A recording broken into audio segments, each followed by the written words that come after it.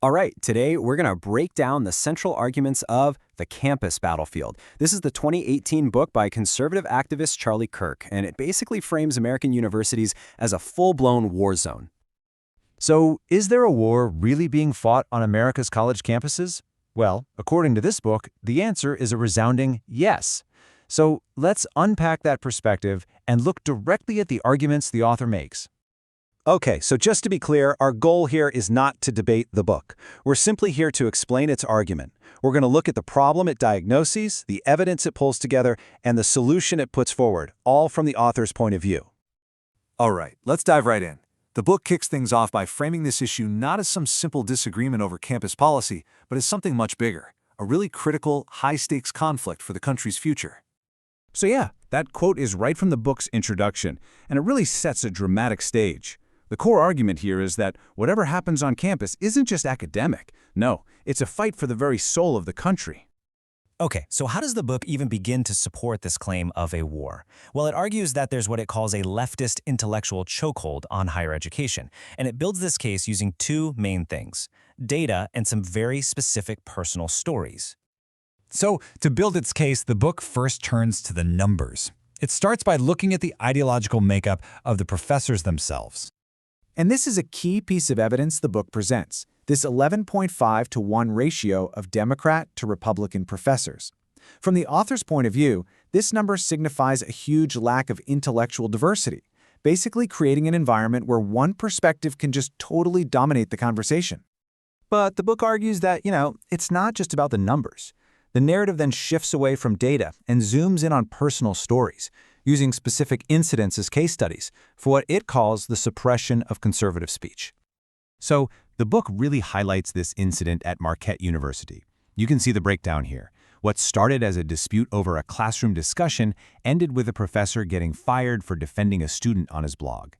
The book presents this as a prime example of how even expressing views that align with the university's own religious teachings can, allegedly, lead to some pretty severe consequences. And this quote, which the book attributes to the teaching assistant, is used to really shine a light on the kind of direct confrontation the author focuses on. It's presented as an example of a simple disagreement being totally reframed as prohibited speech, which of course just shuts down the debate entirely. Okay, here is another key story from the book. It involves a student recruiter for Turning Point USA. The claim is that she was verbally harassed by faculty members just for promoting her small government views. And then, the author points to this email from a university official, basically presenting it as an admission that the campus just wasn't a safe place for conservatives. So after laying out these specific incidents, the book then zooms out a bit. It starts to identify these broader campus cultural norms that it argues are actually being used as tactics of suppression. The first big concept the book takes a hard look at is safe spaces. The argument here is that by shielding students from challenging ideas, or even just hurt feelings, these spaces actually prevent the kind of open debate that's essential for a real education. And, it argues, they don't prepare students for the real world. All right, next up, the book dives into the concept of microaggressions. And its central criticism is that the definition has been stretched so far that it now covers what the author sees as just normal, everyday, harmless conversations. I mean, the book cites examples like the ones you see here. Things like asking someone where they're from, or saying that the most qualified person should get the job. The author's point is that really foundational ideas, like meritocracy, are being relabeled as actual aggressions, and that, in turn, creates a chilling effect on free and open expression. And finally, the book looks at official university policies. It argues that things like speech codes and so-called free speech zones aren't really there to ensure order. Instead, they actually work to contain and restrict conservative viewpoints, basically pushing them into these tiny, controlled areas on campus.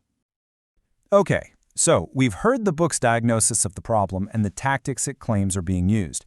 Now the book pivots to lay out its solution, what it calls a dedicated counteroffensive.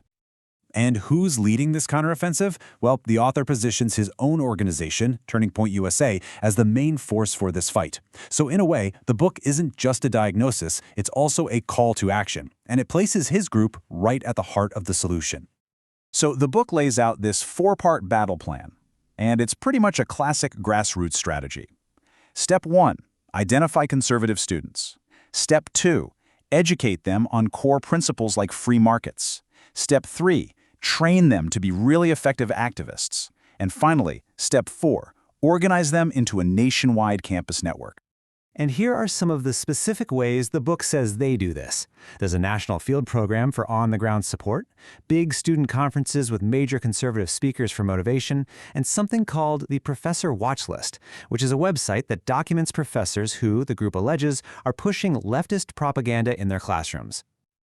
And the book really concludes by raising the stakes even higher, basically doubling down on that opening premise we saw.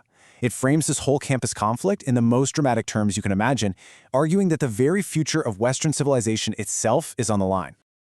And that brings us to the end of our explainer and to the book's central metaphor, the university not as a marketplace of ideas, but as a battlefield. And that framing, really, is what leaves us with a lingering question. What does that idea of a battlefield suggest about the future of academic debate, on campus, and maybe everywhere else?